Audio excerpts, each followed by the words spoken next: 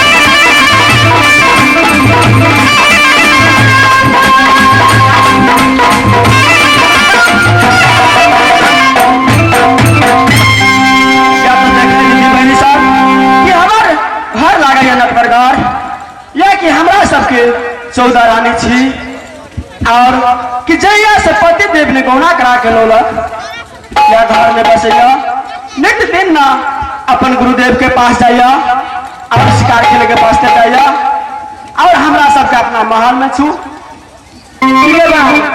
क्या नाम से समाचार के आगे सब तो देखे छिए गए आगे फटलाहा के नहीं देखे छिए कब तक चल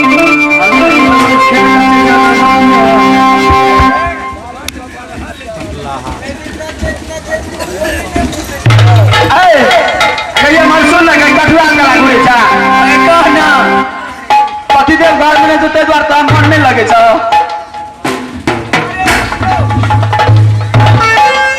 फटला कत रहे मेरे जो थाहे नहीं चले झूठे के तल काम कर देते बोले ना पतिदेव जे घर ये ना तो कब तनखे नहीं देला तैया पता चल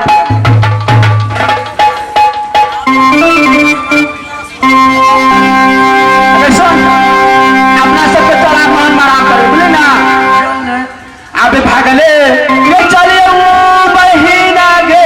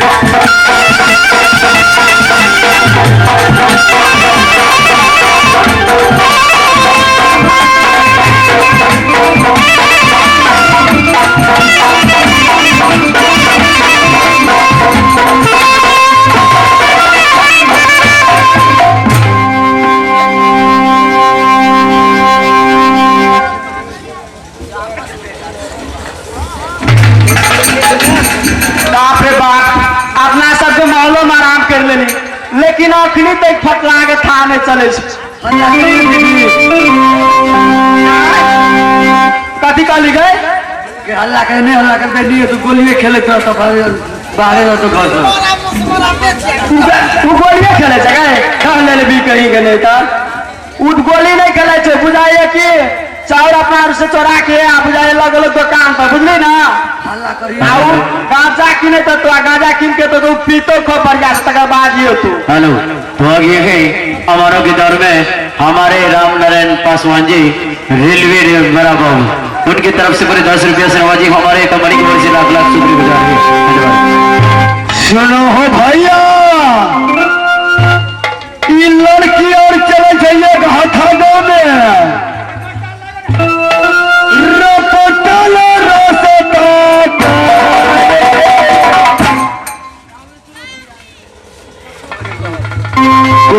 एक रास्ता पकड़े छे सुनो हो भैया ई चल हो रानी और चले छे बलकर के परिवार रपटला रसता क्या है मन कन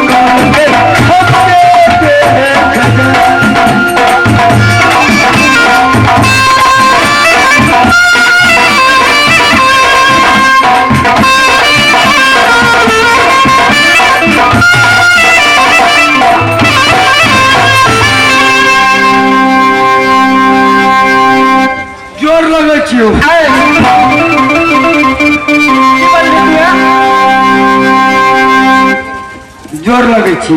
कहे के तोरा मुंह में तमीज नहीं छौ? तमीज नहीं छै। जोर लगे छी कि गोर लगे छी? या तोरे में गेलो हमरा में एला गोर लगे छी। हाँ खुश रहो। खुश रहो। हाँ घंटनाइत रहो। 4 बज के तू गाजा की नहीं गयो? अगले देर से चिचियाई चलियो। पता तू चल गए से पहले कहा तक मैं हमरा कथी ले बोलली? कथी ला बोलबे छै? तोरा कथी ला रखने छियो? कथी ले? दरवाजा पर तोरा ड्यूटी करेला आगे तोरा ये हाथ एक हाथा में तोरा घूम घूम के गाजा पिएला। आगरा के वो सिनुर पिठार में चले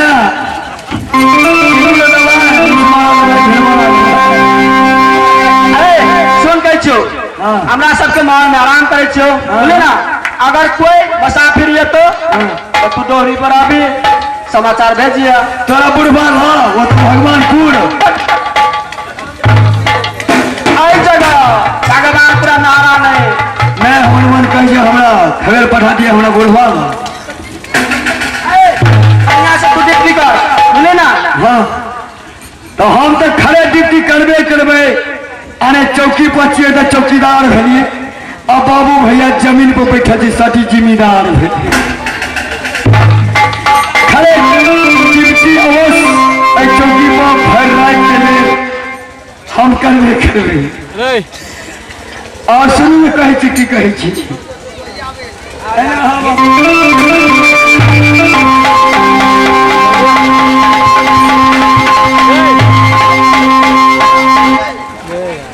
जल्दी आना।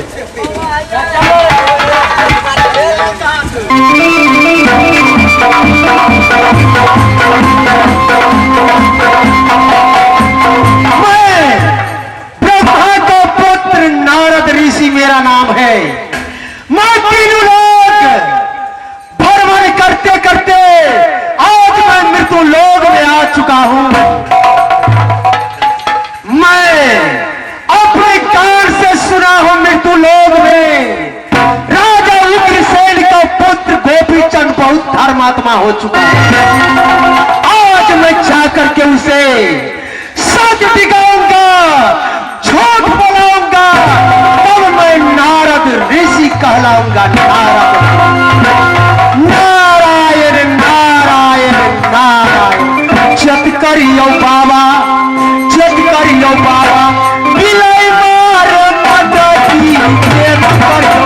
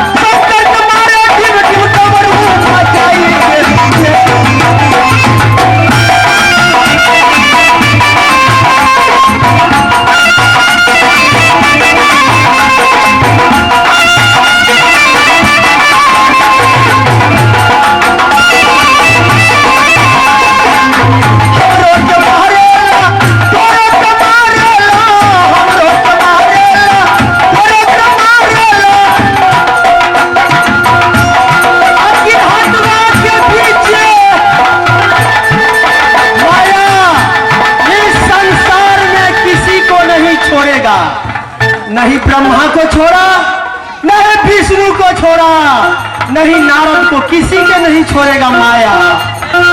हमरो के मारेला, तोरो के मारेला, और गिरहतवा के पीछे, गिरहतवा के पीछे डगर पर पट गया।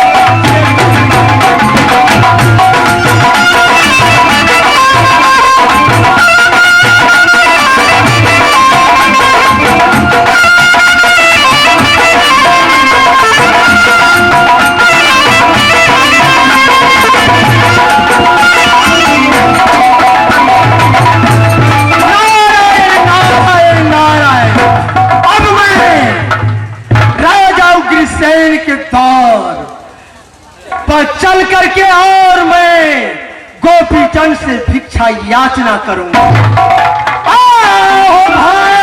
भागले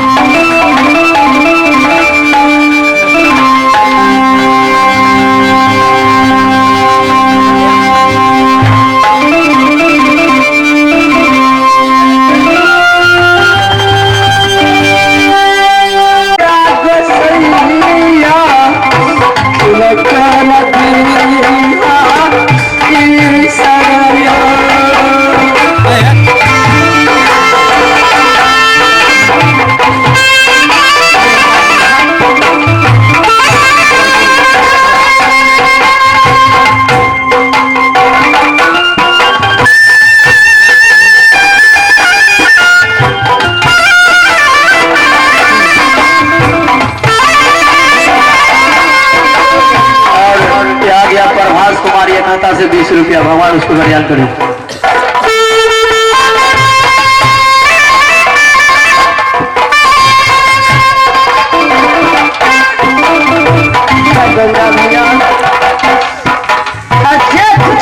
दुख सर समाज मांगला जानना या तक जान को पकड़ जाए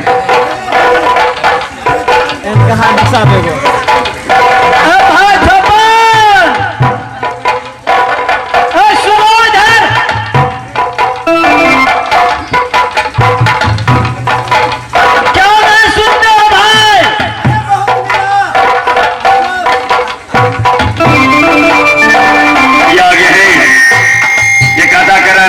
चलिंदर पासवान इनको जान बख्शने के लिए 10 रुपया के डोमरा बजा के शराब पीने के लिए भगवान सारा कल्याण करे। भाई छप्पन, हाँ भाई काटन, शराब पीने के लिए रुपए और पैसे दे रहा है।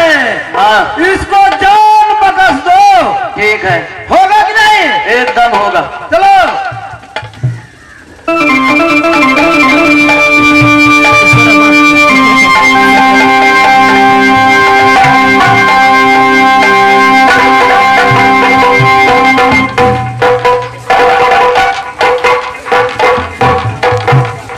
भैया आप तो हाथ करी खोलता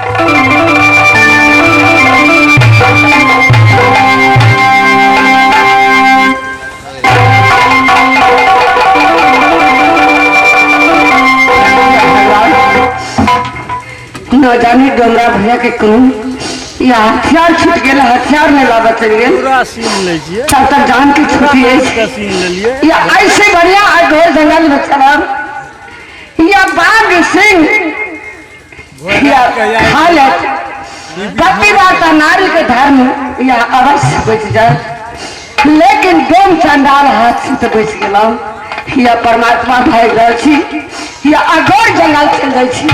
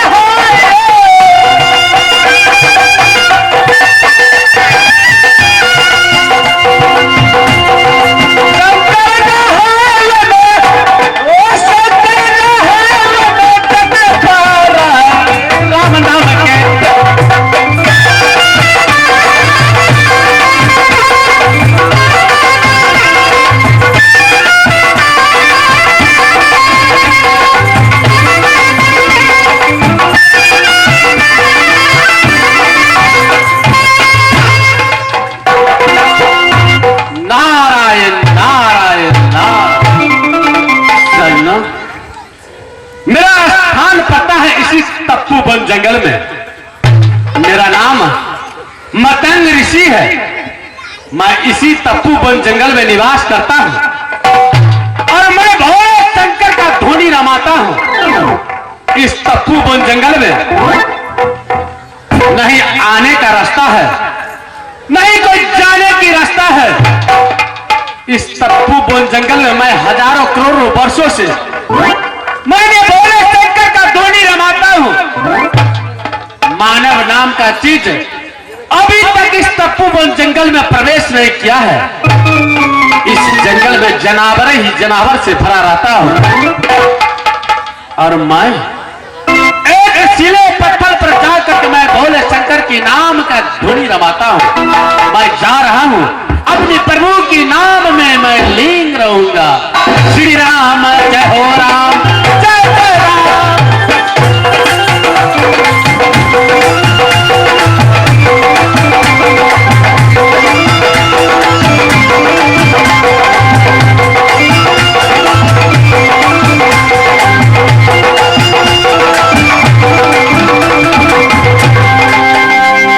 फुकला कपड़ा का बन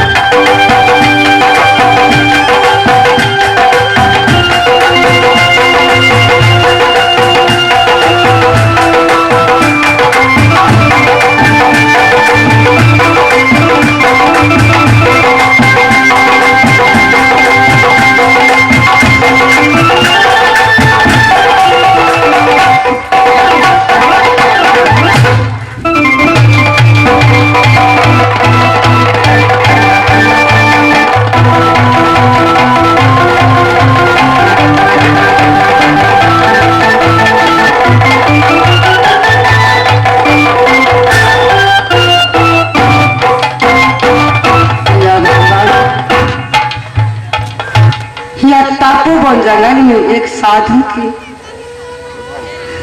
देख रहा छे धुनी रमाने या घास पतार से बहुत भरल है। या न जाने या घर से बाहर तक या दुश्मन में लागल है, या चोर छे कि चंडाल छे कि बेईमान है कि शैतान है। लेकिन पतिव्रता नारी के धर्म है, या कोई साधु मिले संत मिले या अवश्य या प्रणाम करने या पूरा कचरा के साफ करने जे पतिव्रता नारी है उनके पास में बुद्धि रही है। कर्म सागर जहाँ हीरा के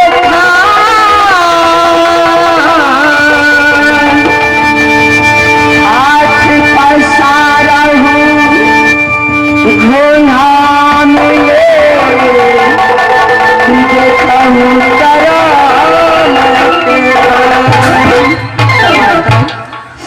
या केहन करम में लिखने ठीक जा रहा है, या पहले चरण के सेवा कर साफ सुथरा करके एक बाद में दंडवत करके तक बाद में कहीं जाओ।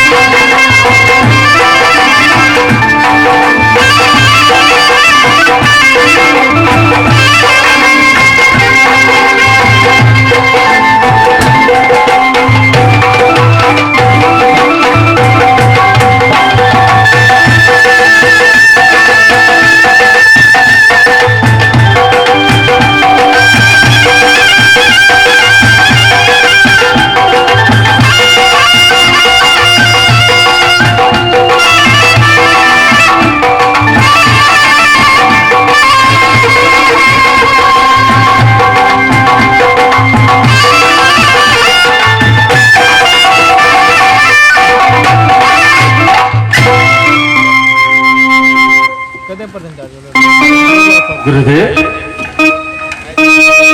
क्या बात है गुरुदेव? ये मैं क्या देख रहा हूँ गुरुदेव?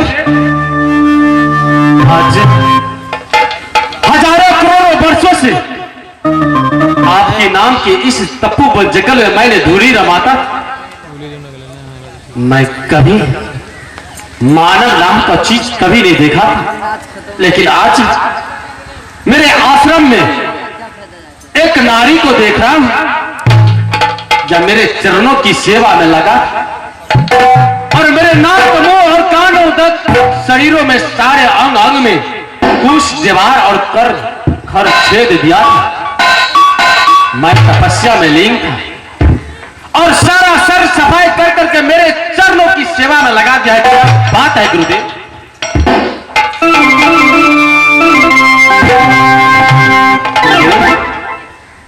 मैं वो ऋषि नहीं जो मैं एक नारी को देख कर मैं भटक जाऊंगा, मैं बहल जाऊंगा। ऐसा मेरा जांच मत दो गुरुदेव, ऐसा जांच मुझे मत दो गुरुदेव।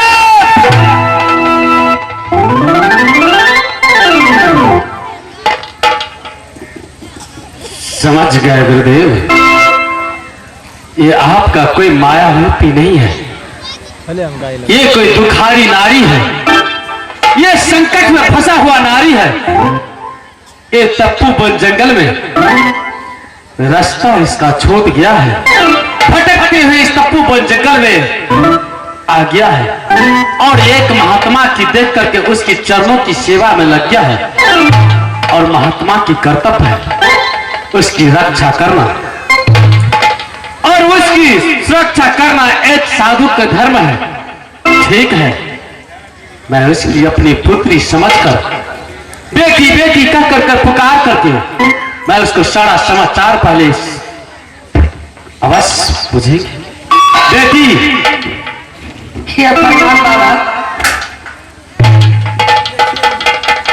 तो ये बताओ बेटी, इस तप्पू जंगल में मैं करोड़ों वर्षों से मैं रहता हूं, लेकिन मैं नारी को कभी नहीं देखा था। लेकिन आज तू मेरे आश्रम में आकर के पूरे घर कुटिया की सफाई किया है और मेरे चरणों की सेवा में लगा था।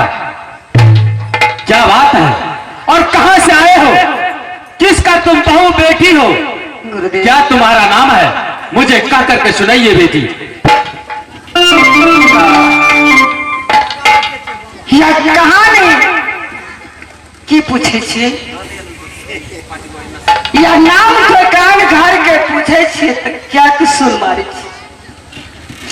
जब पूछे छे तो अवश्य कह के सुनाओ। या हमार नैहर पर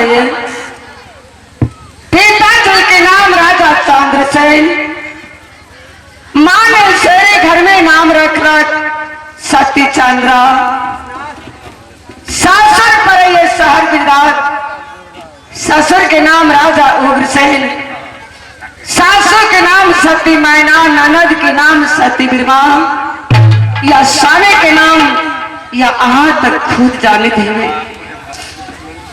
या शहर गुजरात में 14 गो हमरा लगे सौतीन छला। एक नारायण बाबा वैकुंठ से आयु का एक फल दिलक, या फल दिलक एक कह के 14 या सौतीन ग्रहण करिए। 13 सौतीन मिल के या फल के ग्रहण कलक, या हम छिलका चाटला, या हमरा आंग रह गेल, या सौतीन सब सामना से सत करा के, या डोम चंडाल हाथ या बन के भैया कोर कर लेती या भोजन मांग।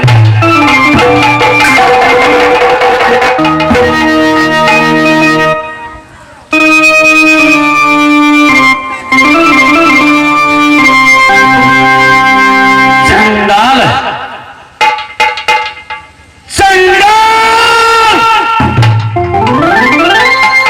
ऐसा अन्याय तूने एक राजा के पुत्र होकर के और तू भी एक राजा होकर के संसार में तुम्हारा नाम चलता है चंडाल। जो राजा गोपी चंद्र एक धर्मात्मा राजा है, बहुत दानी है, लेकिन एक अबला नारी की ऐसी सजाए मैं कदापि तुमको क्षमा नहीं कर सकता हूं। मगध ऋषि की जोड़ा तुम पहचानते नहीं हो। चंडाल, मुझे कहां नहीं जानती है।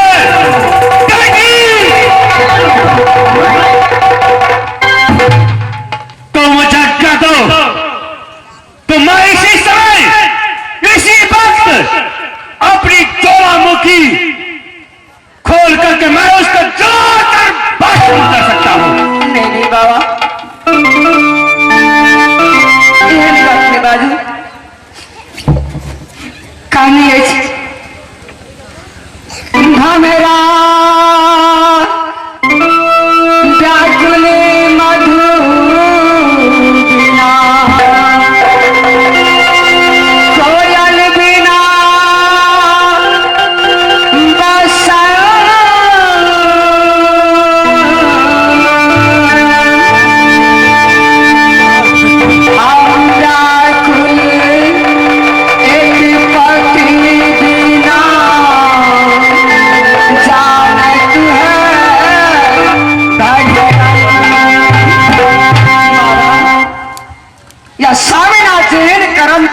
या अपना ले कलक, लेकिन हमार पतिव्रता नारी के धर्म नहीं कहिए या दुर्भाग्य नहीं कहिए।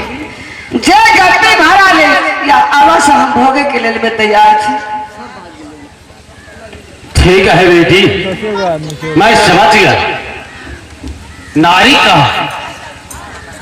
का सीना बहुत कोमल होता है, बहुत दयालु होता है। तुमको उतना ही कष्ट भोगना सहा जाती है, लेकिन एक दूसरा की कष्ट देना तुमको नहीं सहा जाती है, तो मैं उसको क्षमा करता हूं। लेकिन तुम अपनी बारी में सोचो बेटी, जो मैं कैसे जीवन बिताऊंगा और तुम क्या चाहते हो। मुझे कह करके सुनाओ और उस रास्ते पर चलो बेटी। जब अहाँ ये बेटी करके पुकारला, अवश्य अहाँ के पिता पिता करके पुकारब, ताकि आई कुटी में हमरा शरणागत दिया या शरणागत में या अवश्य अहाँ के सेवा में मिल रहा हूँ। ठीक है बेटी, अगर तू मेरे पुत्री बन करके इस तपोवन जंगल में और एक साधु की झोपड़ी में निवास करने के लिए चाहते हो तो मैं भी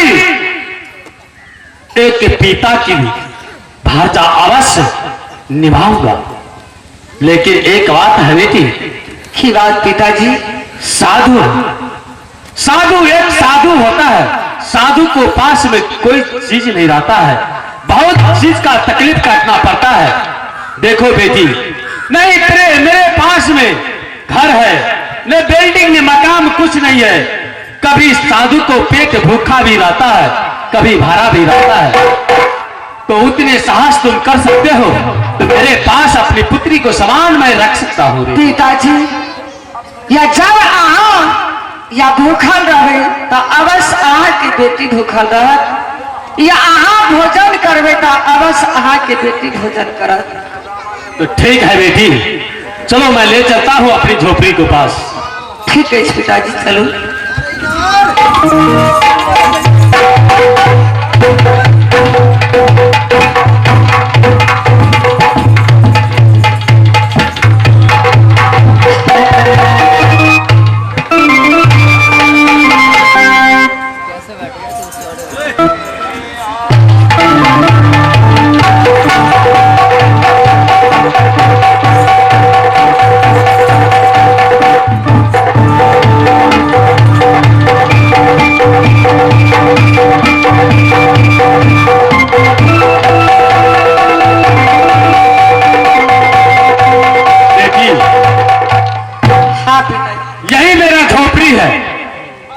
इसी झोपड़ी में तुमको निवास करना पड़ेगा।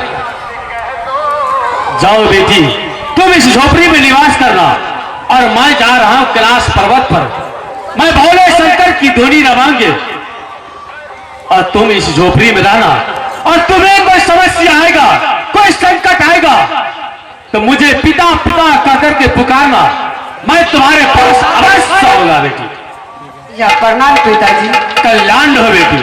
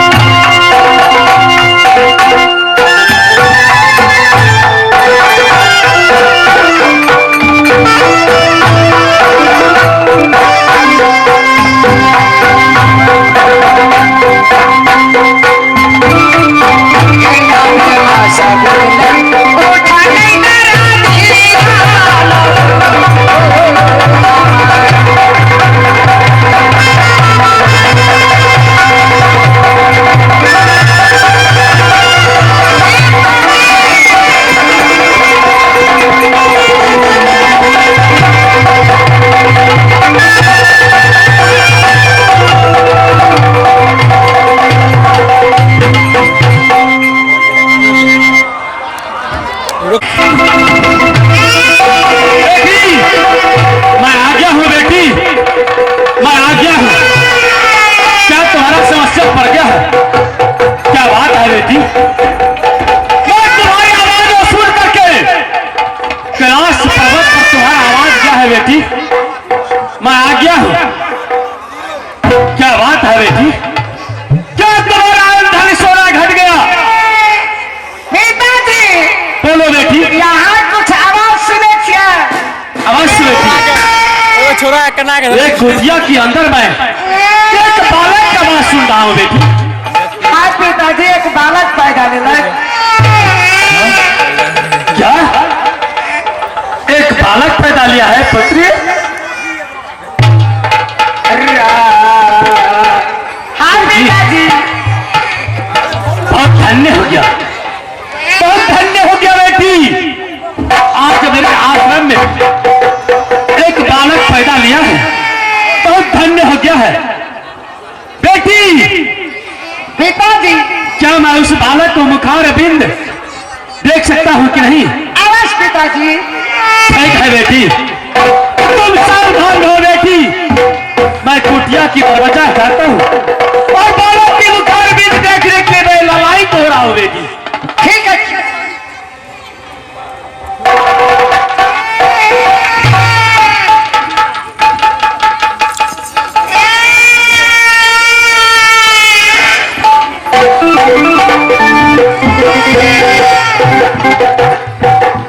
आशा अगर रुकबे कनी काल बैठबे शांत से आधा घंटा या 1 घंटा जे लगे, हमारे खेल अखरी बहुते बाकी छे। दो महाराज ने अहाँ सब रुकबे तो हम जैसे से नाच हेते, अगर नहीं रुकबे तो कोनो बाते नहीं छे। खत्म कर दियो। हे वही लगा जे भैया जगले जे ज्यादा तो बेटी, पिताजी, आवाज चला। मैं कुटिया की दरवाजा हटा लिया। इस बालक को मुझे बुखार बिंद देखने दो बेटी। अवश्य। और बालक के बुखार बिंद देखने के लिए मैं बहुत लालायित हो रहा हूँ बेटी। ठीक है ये वाला पिताजी। कर के साथ एक बस समाप्त कर। बड़ी कुछ बोला हो। तू फिर दिन करे तो फिर दिन रहबे कर।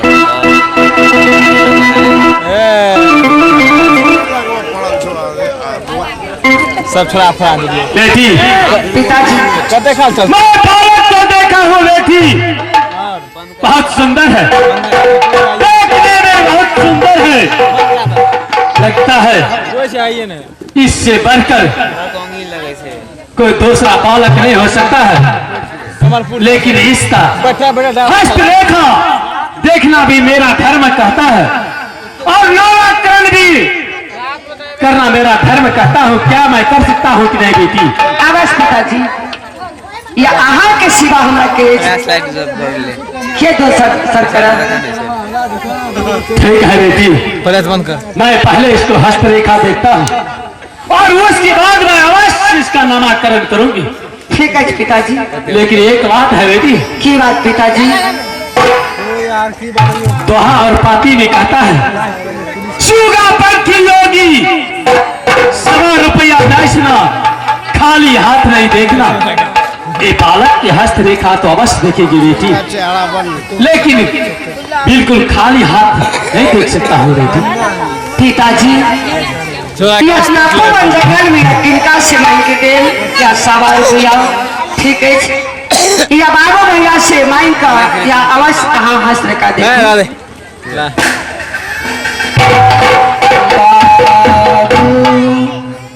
बाबू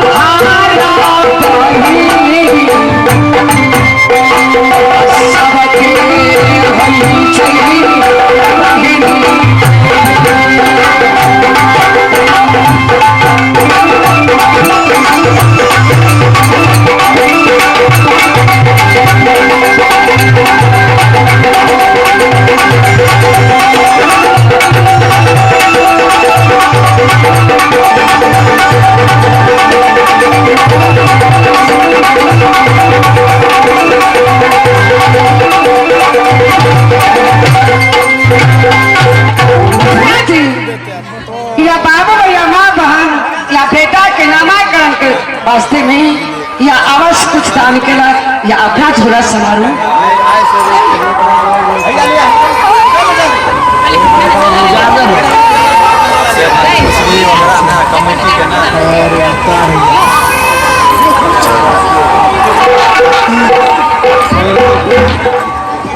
बेटी पिताजी ऐसे बालक को तैयार करो या दाहिने हाथ उसको आगे करो, मैं उसको हस्तरेखा अवश्य देखोगे बेटी। ठीक है पिताजी, बहुत जल्दी करूँ।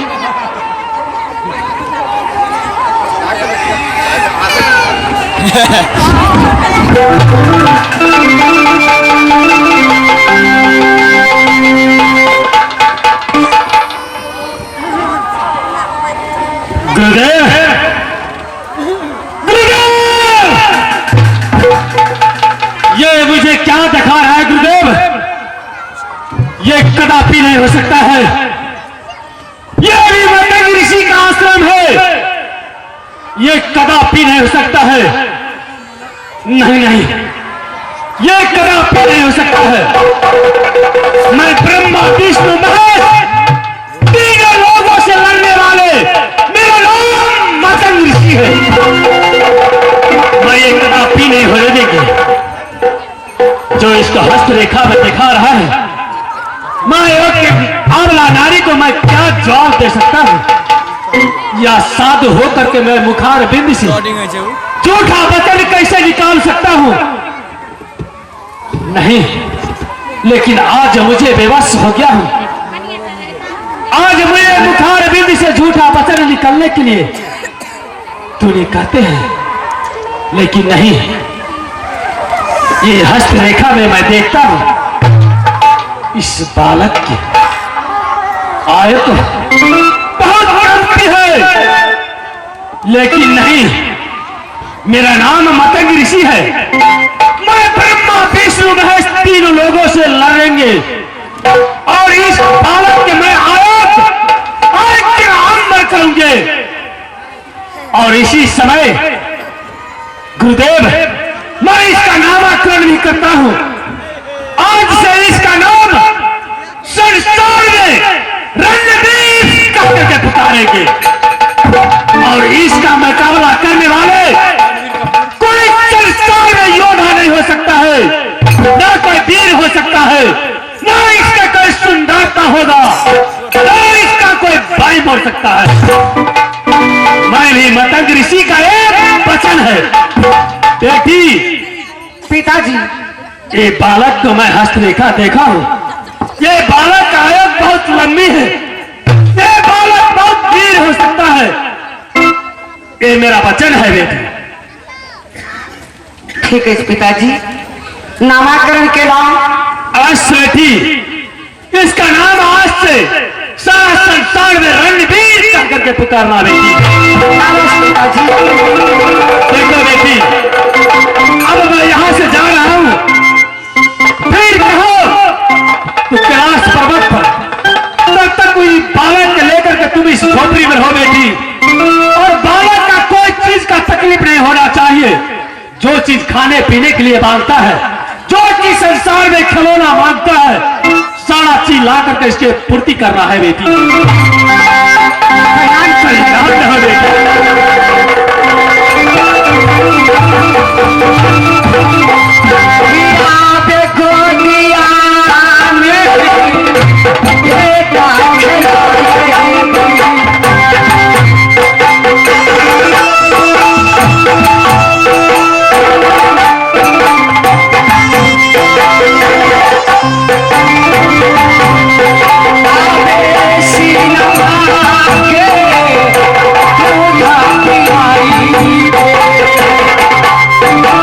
Thank you.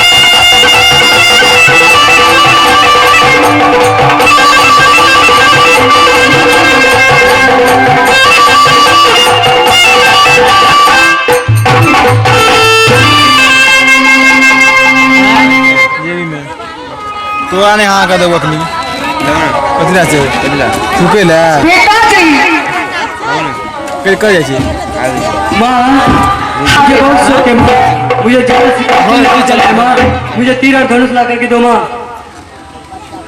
बेटा याद के मांगो तो हमी या तू मार गम करो ये आखिर के अच्छा जंगल शिकार का देखे से तो ना का बात उतरा ये पूरी या तेरा धनुष गिरवे बेटा चल एहन सबद राजा या अखन तू शिकार खेला जोगरी छ या कई दिन के बाद में तू जइहा या अखन अमा के गोदी में या बैस के तू सीना के दूध पीबा। नहीं माँ, मुझे अभी आज जाना है, मैं जरूर लौट के आऊंगा माँ।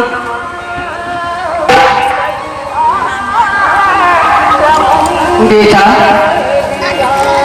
एक समय के संकट काटना या बहुत संकट में या जब तू पैदा लेना या तू और हमरा संकट में डाले छे जे मां जंगल शिकार जान खेले के वास्ते जंगल शिकार में या बाघ भालू जानवर रही है या देखते मात्र तोरा भोजन कर लेता यही सबक दिवाजा चला पहले छाती से व्यंजन बना के तो रखिएगा। नहीं माँ, मुझे कुछ नहीं चाहिए, सिर्फ चाहिए तीर और धनुष माँ। ठीक है रुका पिताजी क्या बात है बेटी? पिताजी या बालक कह रहे माँ मुझे तीर धनुष ला करके दो ताकि मैं जंगल शिकार जाऊंगा खेलने के लिए। बेटी हाँ पिताजी ये बालक तो अभी तीर धनुष लायक नहीं है। सही बात। ये बालक के लिए तो संसार में बहुत रंग के खिलौना है, जो खिलौना मांगता है वो खिलौना ला करके दो बेटी। पिताजी लेकिन ये तीर धनुष लेकर के स्तब्ध जगह में कैसे शिकार कर सकता है? पिताजी कतनो हटे छिवात भी बुझैया जरूर कहिए माँ जरूर जाऊंगा अवश्य जाऊंगा। ये बालक हट्टी है तो मैं अवश्य हम बाबा विश्वकर्मा के पास और वहां से मैंने तीर धनुष ला करके इस बालक को मैं अवश्य दे दूंगा। अरे बालक तीर धनुष खेलने के लिए अवश्य जाएगा और अवश्य बालक शिकार खेलने के लिए जाएगा। बेटी मैं जा रहा हूँ बाबा विश्वकर्मा।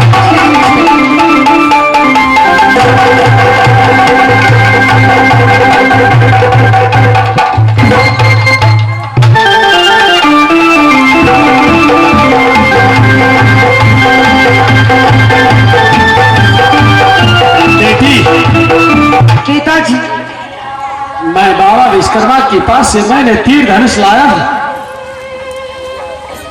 लेकिन एक शर्त है बेटी। की शर्त पिताजी?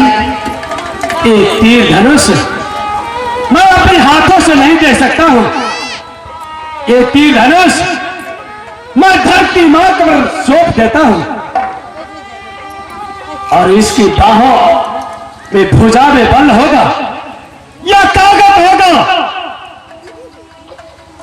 ये तीर धनुष धरती मां से अपने आप ही मांग लेगा और ये तीर धनुष पर अपनी बात चढ़ा लेगा, लेकिन मैं नहीं दे सकता हूं।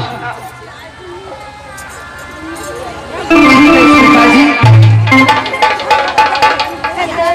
गुरुदेव, क्या आपके साथ चिराग करके मैं ये तीर धनुष धरती मां पर सौंपता हूं।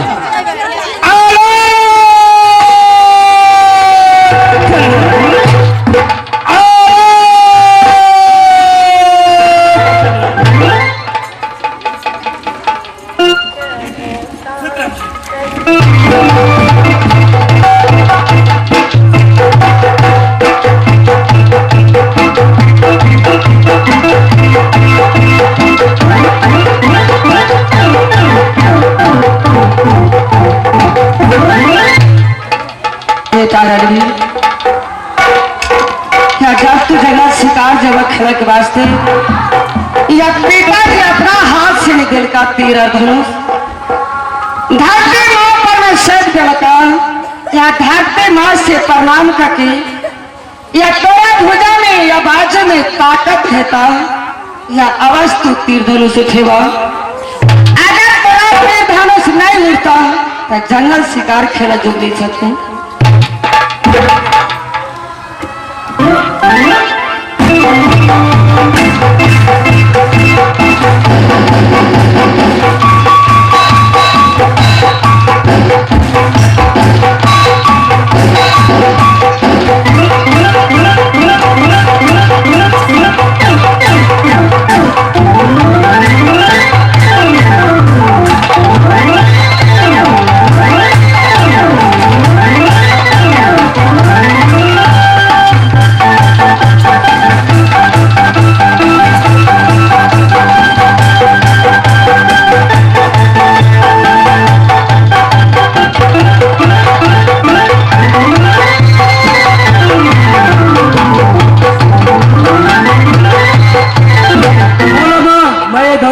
छुड़िया पता नहीं माँ बेटा या अघोर तू करे लिखल छ ए बात या किमरो ने फेंके के छ जे तो जंगल शिकार जवा जय शिकार पर में तोरा निशाना चढ़े के तो या शिकार के मार सके छ यानी पूरा फेंका नहीं पश्चिम नहीं उत्तर नहीं दक्षिण या तोरा अपना मन के बात होता जंगल में बताओ पिताजी या बेटा या फिर धनुष उठा ले जा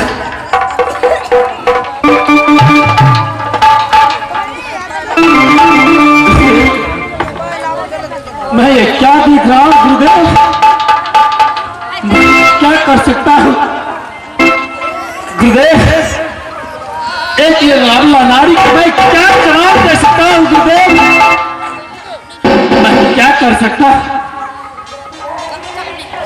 बेटी हाँ पिताजी ये बालक तो तीर धनुष पर बाण चढ़ा लिया है, लेकिन एक वचन मैं और देता हूँ बेटी, इस बालक को अच्छी तरह से समझा लेना बेटी। अगर ये तप्पू वन जंगल में शिकार खेलने के लिए जाएगा तो पूर्व का दिशा शिकार खेलना, पश्चिम का दिशा शिकार खेलना, दक्षिण का ओर शिकार खेलना, लेकिन उत्तर का ओर नहीं जाना है बेटी। अच्छी तरह से अपनी पुत्र को समझा लेना बेटी। मैं जा रहा हूं बेटी।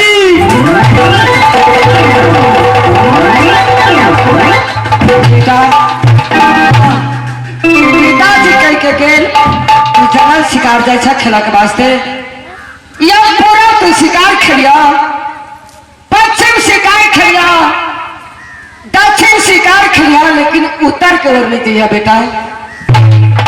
ठीक है माँ, आपका बात वचन में पूरा करूंगा माँ। ठीक है बेटा, जा सके छ।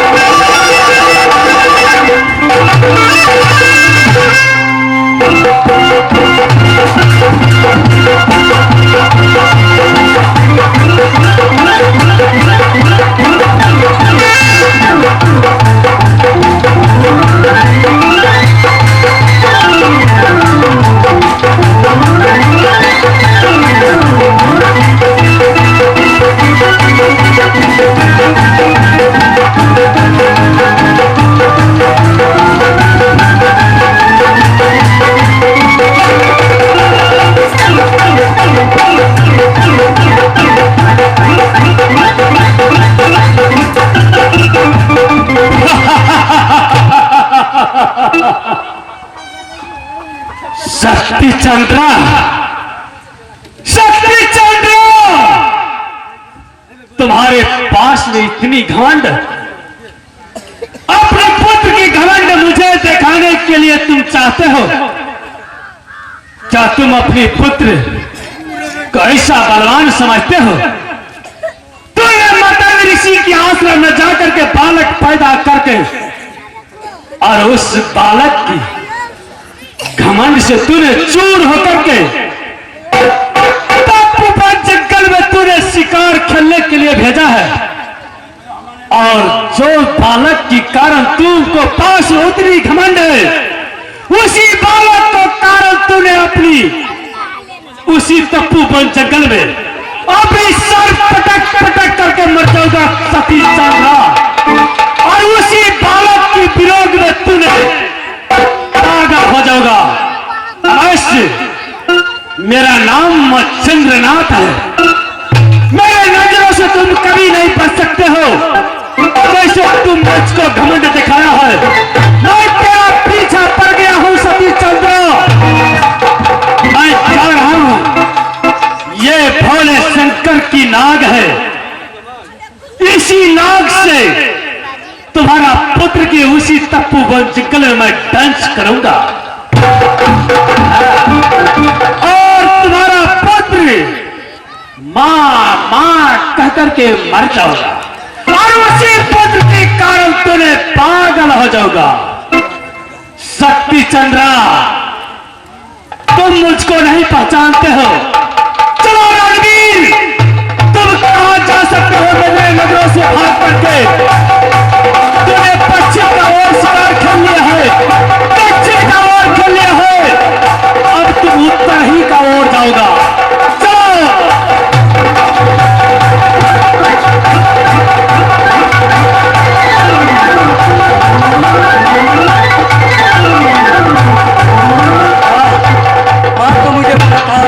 तीन देश शिकार खेलना, पूर्व पश्चिम दक्षिण खेलना, बेटा उत्तर मत जाना। मैं तीनों देश शिकार खेल लिया, मुझे शिकार नहीं मिला। मैं माँ को वचन तोड़कर मैं उत्तर देश जा रहा हूँ शिकार खेलने के लिए।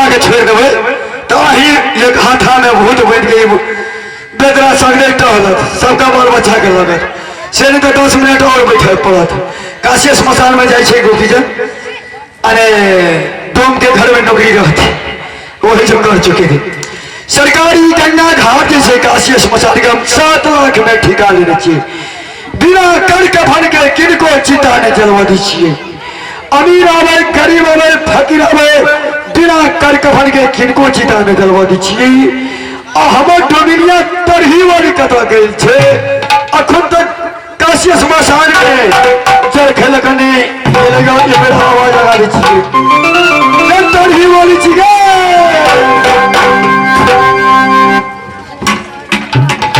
तरही वाली डोमिनिया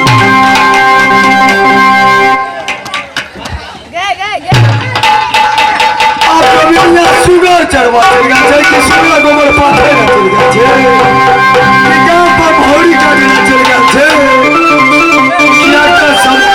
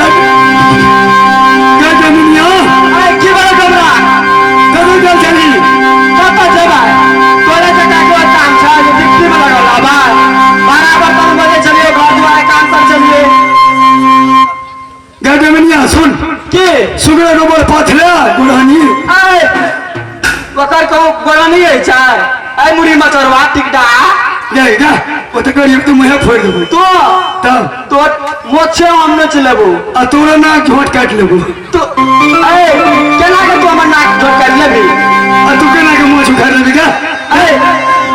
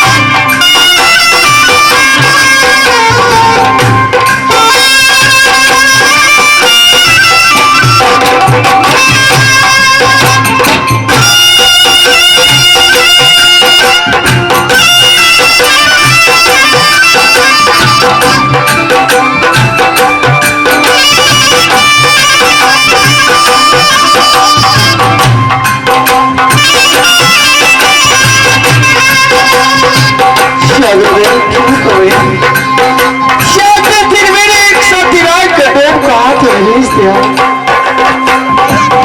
शायद सीधीरों ने मेरी नगर गुजरात से निकल गया घूमते चलते मुझे प्यास लेके प्यास के चलते 2001 की मेरा ये गले में चल रहा है क्या मेरी अच्छी तरह से गया संसार में